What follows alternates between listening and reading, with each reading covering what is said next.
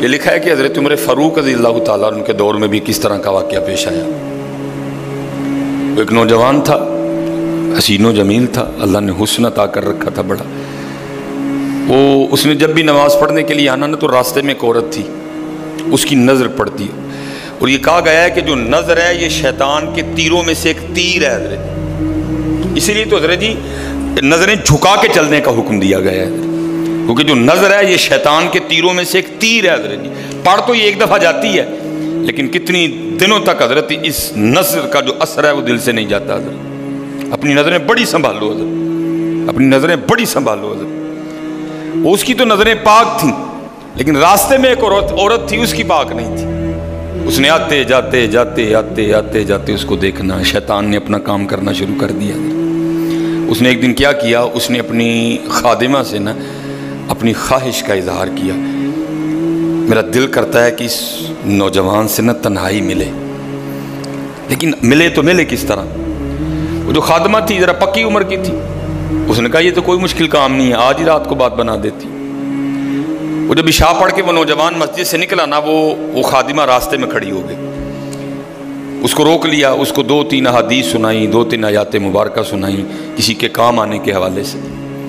ہمارے گھر میں مرد کوئی نہیں ہے، کچھ وزنی سا سامان اٹھانا ہے، اگر آپ اٹھا دیں تو بڑی نوازش ہوگی، اللہ راضی ہوگا، اللہ کے رسول راضی ہوں گے، کہ کوئی مسئلہ نہیں۔ اسی طرح ہوا حضرت، وہ گھر لے گئی، پچھلے کمرے میں لے گئی، وہ جیسے کمرے میں داخل ہوئے وہ عورت پہلے موجود تھی، اس نے جناب اندر سے چٹکنی لگا لی اور اس کے سامنے اپنی خواہش کا اظہار کیا۔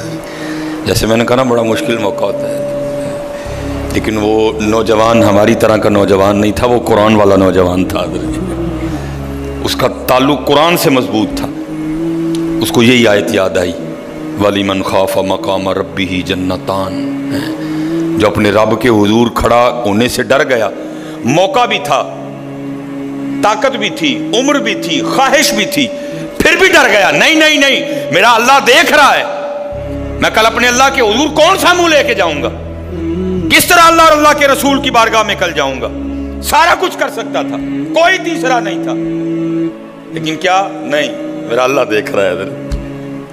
وہ ایسا خوف طاری ہوا، ایسا خوف الہی طاری ہوا، گش کھا کے گر گئے نیچے، اور عورت ڈر گئی، آگے بڑھ کے کسی نے نبض نہیں دیکھی کہ زندہ ہے کہ شہید ہو گئے، انہوں نے سمجھا کہ شاید مر گئے۔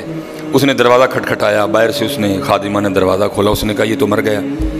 اس نے کہا یہ بھی کوئی مشکل بات نہیں، بھائی نام تو اس پہ لگے گا نا جس کے گھر سے لاش برآمد ہوگی، تم ٹانگے پکڑو میں ہاتھ پکڑتی ہوں۔ انہوں نے تھوڑا سا محنت مشقت کر کے نا اٹھا کے جو باہر کوڑا پھینکنے کی جگہ تھی نا اس نوجوان کو پھینک دیا۔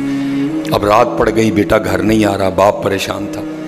جب کافی وقت گزرا نا تو والد صاحب بیٹے کی تلاش میں نکلے، تو راستے میں کیا دیکھتے ہیں کہ وہ جو کوڑا کرکٹ پھینکنے کی جگہ ہے وہاں بیٹا پڑا ہوا ہے۔ بیٹے کو اٹھایا، گھر لے آئے، منہ پہ پانی کے چھینٹے مارے، بیٹے کو ہوش آئی۔ باپ نے پوچھا پتر کیا ہوا؟ وہ بیٹے نے پھر سنانا شروع کیا۔ جب پھر وہاں پہنچا نا کہ اس عورت نے مجھے دعوت زنا دی، تو پہلے تو خوف الہی کی وجہ سے بے ہوش ہوا تھا، اس بار اتنا خوف الہی نے غلبہ کیا کہ واقعی روح پرواز کر گئی ہے۔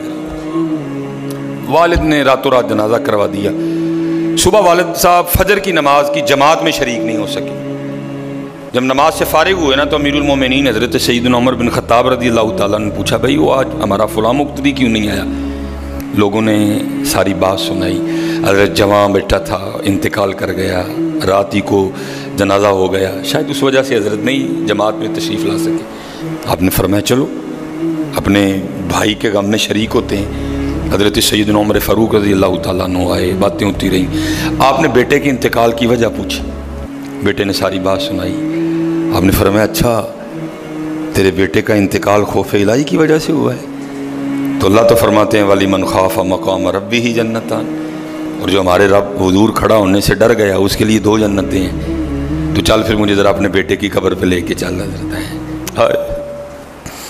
لکھا ہے حضرت عمر فاروق اب اس کے بیٹے کی قبر پہ تشریف لے، اس کی قبر پہ کھڑے ہو کے اس نوجوان کو باہر سے مخاطب کر کے فرماتے ہیں، اللہ فرماتے ہیں وَلِمَنْ خَافَ مَقَامَ رَبِّهِ جَنَّتَانِ، اور جو اپنے رب کے حضور کھڑا ہونے سے ڈر گیا اس کے لیے 2 جنتیں ہیں۔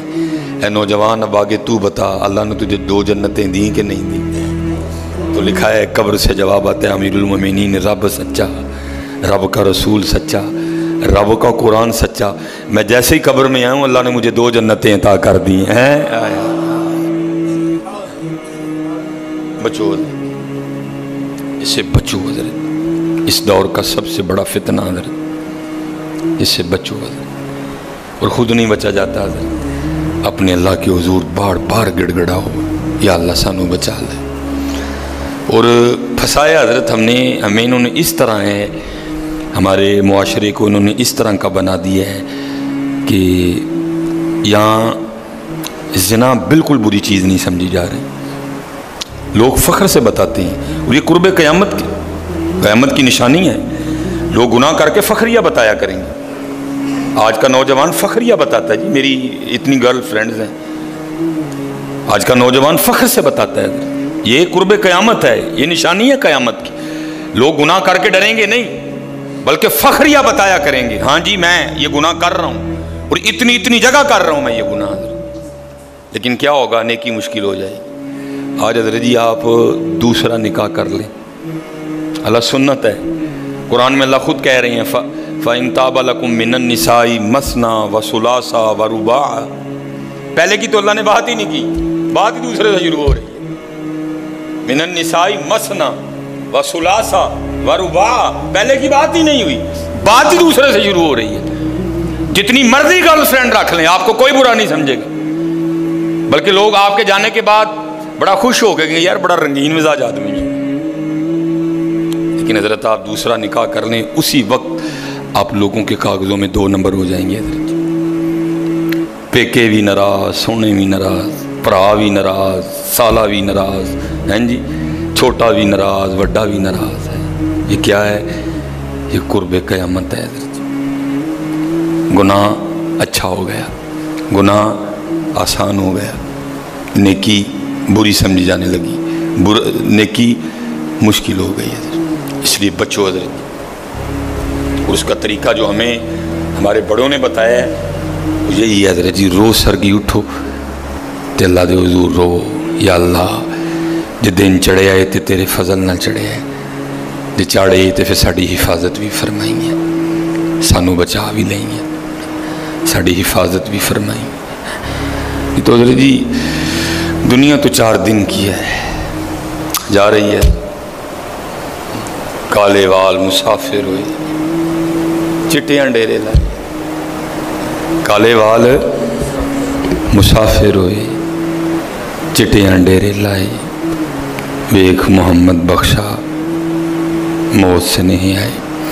اور حضرت جی اللہ سب کو اپنی حفاظت میں رکھے۔ اگر کوئی اس گناہ میں پھنسا ہوا ہے، اگر کوئی اس گناہ میں پھنسا ہوا ہے تو میں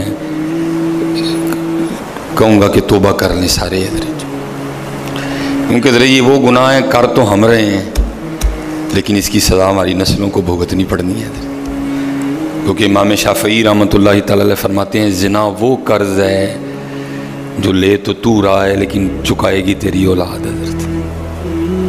زنا وہ قرض ہے جو لے تو رہا ہے لیکن چکائے گی تیری اولاد حضرت۔ اس لیے حضرت جی اپنی اولاد کے لیے، اپنی بیٹیوں کے لیے، اپنی بہنوں کے لیے گڑھے نہ کھود دو حضرت، اس سے بچو حضرت، اس سے بچو۔